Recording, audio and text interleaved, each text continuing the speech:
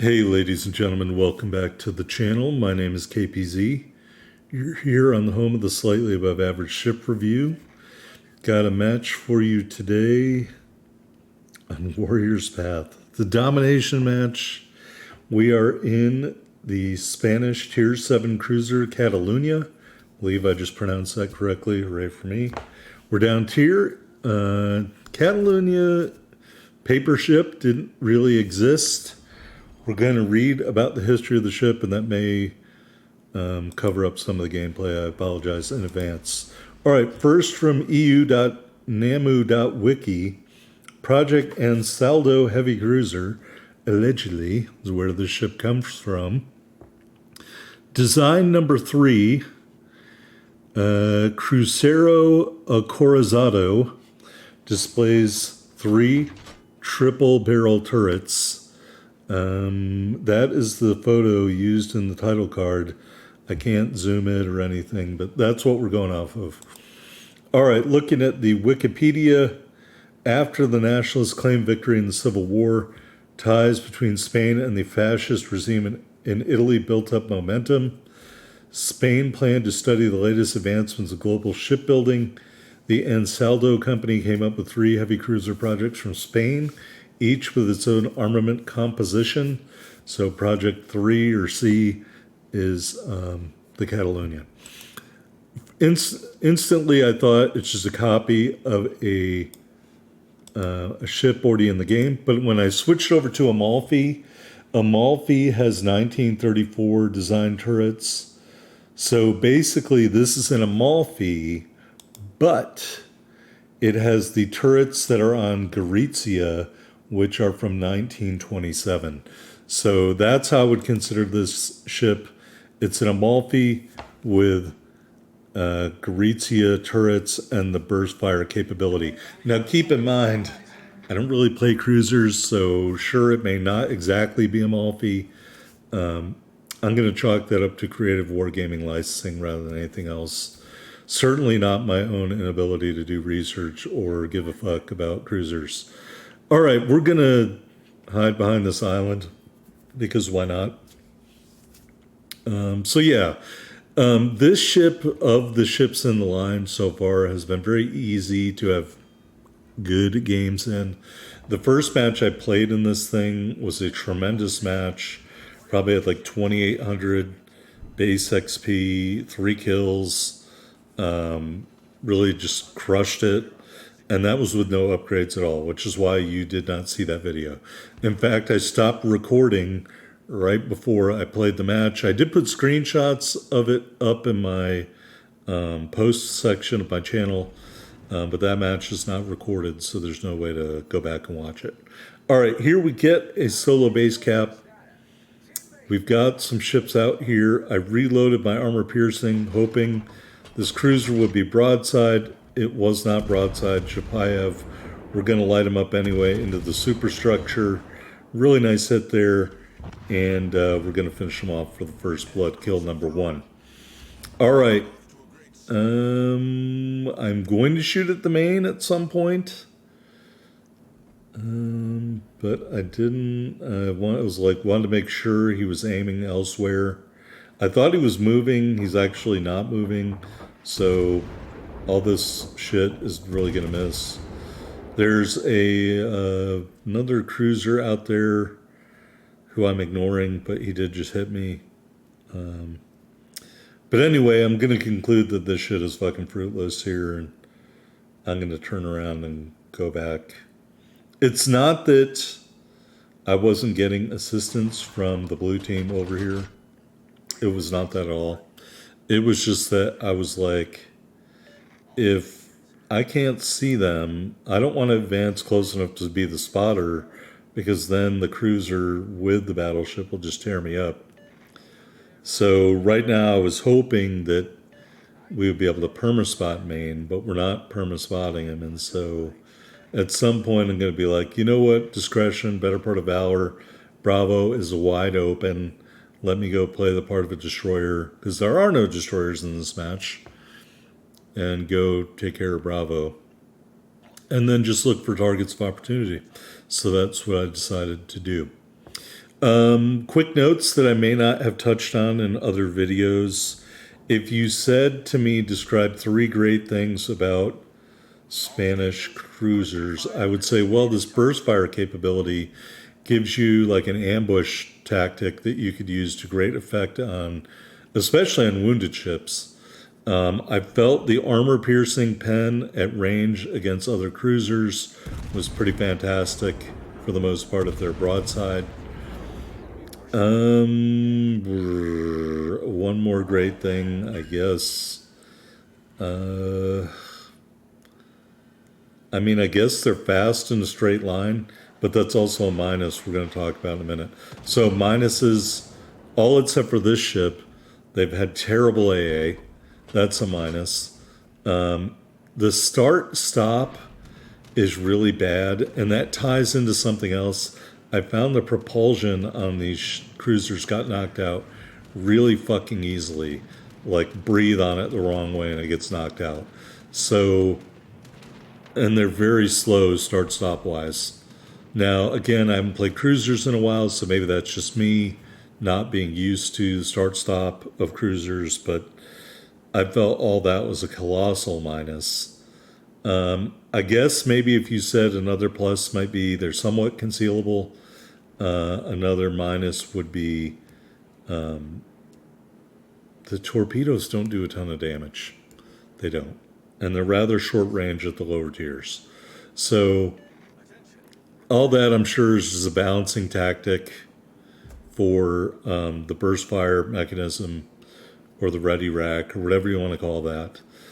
I don't think you need the calendar commander to do well in this ship. I mean, clearly I'm doing well in this ship without the calendar commander. The tier 6 and the tier 5, I'm going to beg to differ and say to get the best out of those, you will need that calendar commander for that base trait, revolver or whatever it is, so that legendary skill, pardon me. And then the lower tier ones are kind of just shitty. So, in a nutshell, that's my impression of these ships. Especially the ambush tactics. I'm really hoping that we can get that, what was it? Churubusco class destroyer in the game, which is the Royal Navy destroyer, but again, with that burst fire capability, it would be pretty interesting as a tier 4 or tier 5 premium. So I'm not holding my breath. Wargaming does not contact me for ideas, although I've given them plenty of free ships and free ideas to put into the game that would require little work. But, they don't solicit that stuff from us, and probably for a very good reason. Anyway, we found the carrier, and I'm just going to light him up here. I don't even think we bothered getting another base cap. We just started shooting at the carrier. I was just like, I was going to cap the base, but then he started bombing me and stuff like that. So I was like, whatever. I'll just hang out in the cap and get points for trying to cap it. And the Kaga is going to fade out here. And we're still getting attacked, so I'm just going to shoot as to where I last saw him. And then we're going to try to speed up. And I think the battleship over on Charlie got killed, unfortunately for me. One good thing is that we're somewhat maneuverable. We do manage to dodge those torps. And look, oh my god, the fighter plane actually shot down an enemy plane. I was going to say, in my opinion, and I'm going to mention this, I guess, in the port, they force you to choose between sonar and DFAA. I think you should be able to choose between the plane and DFAA. I can tell you if I had that option, I would never choose the fighter plane, ever. Unless it was a ship that didn't have AA to speak of. But, they're not going to do that either. All right, so we're maneuvering all over the place, just trying to get some more shots at the Kaga. As you can see, I kind of gave up on Bravo because we're just going to keep getting attacked. And I couldn't spot the Kaga at that point. So I decided, hey, let's try to kill the Kaga instead. All right, so we set him on fire again. We are doing lots of shooting. and dodging, and we're starting to receive fire from the red team, who noticed I am killing the carrier. Maybe that's because the bulk of the blue team is back in like Bravo and Charlie 8. I don't know. But in absence of a closer target, they've chosen me, so I changed my heading.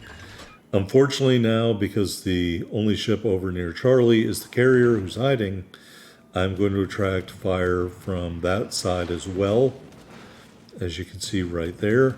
Plus, I'm still dodging torpedoes and bombs and all sorts of other shit from the carrier. He turns broadside. I was like, great, we're gonna be able to switch to armor piercing and get some shots out. And no, although I do set him on fire again. But the turrets aren't going to come around before I get killed. Anyway, I left the match in full disclosure here. I was like, whatever, fuck this, and I left the match. And our team at that point was down 5 ships to 2. All right, but we ended up winning through no fault of my own. All right, we got the first blood medals, 75,591 total damage. We shot down 22 airplanes, just 1 kill. We set some fires and had a solo base cap. 351,636 silver, 11,000 ship XP, 12,000 commander XP in the Cataluna. Don't sleep. Here we are. We're not number 1, we're number 2. 1 medal, 1 kill, 3,015 base XP. And the Kaga survived to the end of the match. So, kind of amazing. Our team came back and pulled that out. So, yeah, pretty neat. All right, sorry, let me get off what I was doing here. Let's go look at the Cataluna here in early access. Aiming system mod 1. Steering gears mod 2. Concealment system mod 1. And gun fire control system mod 2. And the Cataluna is fully upgraded. Taking a look at the loadout, HE and AP and torpedoes. We've got unlimited damage cons, 3 charges of the repair party, pardon me, 3 charges of sonar. I would never select the DFAA. Again, like I said, I think you should be able to swap that. Instead of 4 charges of the catapult fighter, how about 3 charges of DFAA? I just don't think the catapult fighter is any good. All right, rear battle booster for movement speed and cooldown time, and the epic ship XP booster to get to the tier 8. Standard permanent camouflage and the tier strong flag. Did see the tier 8 in a match, by the way. Maybe somebody was testing it. All right, taking a look at the specs. 40,800 hit points with our build, up from 36,800 base value. 7% torpedo damage reduction. 37% fire chance, up from 33% as the base value. Moving on to the guns, 3 triple 203mm turrets, 16.7 kilometer firing range, up from 14.2. Reload 23 seconds, down from 25 seconds. The ready rack reload is 2.5 second reload. 2 shells in the ready rack. Boost that to 3, I believe, with the calendar commander. Shell grouping value 2.15. Dispersion all slightly worse, as you can see here. HE shells, 3,100 max damage, with a 17% fire chance, up from 15%. Armor pen, 34 millimeters. AP shells, 5,100 max damage. Point blank penetration, 451 millimeters. Max range penetration, 171, down from 194 with our build. And the fuse arming threshold, 34 millimeters. I think the AP is a strong point. All right, taking a look at the secondaries. 6 twin 128s. Fire out to 5.2 kilometers, up from 5. Reload of 4 seconds. Shell grouping value of 1. Dispersion all slightly increased or better from the base value. HE shells 1,500 max damage. Fire chance 7%, up from 5%, and it pens 21 millimeters of armor. Torpedo launchers, 2 quad launchers. Reload is 106 seconds, 8 kilometer range at 61 knots. The detectability is 1,300 meters. They do allegedly max 14,862 damage. AA defense, the first boat we can talk about with actually some AA to speak of in the Spanish cruiser line. Your 37 millimeters do 120 damage per second. Your 128 millimeters shoot out to 5.2 kilometers. It's there and it's not terrible. As you saw, we shot down 22 planes. All right, maneuverability, max speed 42 knots. Doesn't let me see what the base value was. Whoops, hit the wrong button. Maybe 40 knots of a base value. But again, don't know why we can't look at that. Turning radius 850 millimeters. Rudder shift time 7.7 for our build, down from 14.4. And that's probably due to mod slot 2. Concealment 9.8 on the surface. I think the base value is 10. From the air, 9.8 kilometers, and from in a smoke screen, 7.7. Taking a look at the stats, 14 matches, 10 wins. We survived 4. Main battery accuracy, 45%. Torpedo accuracy, 10%. We've killed the enemy in just about every way, but most of the kills via the main guns. We're averaging 1 kill per match and 54k damage, almost 55k. The highest battle achievements, you can see we did have a match, 121k damage. That was that first match I told you about with no upgrades. We also had 2 kills in that match, not 3. But max XP match is the match you just watched, over 3,000 base XP. So you can get it done here in the Cataluna. Taking a look at the armor viewer, we're going to take it all off. We got this very visible citadel. It does have some armor on the sides. I think it's... I skipped past it. Never mind. All right, turrets and barbettes. I mean, allegedly they're a little bit more heavily armored. That is what it is. I haven't had a problem with them getting knocked out, so to speak, that I can recall. Much more of the propulsion.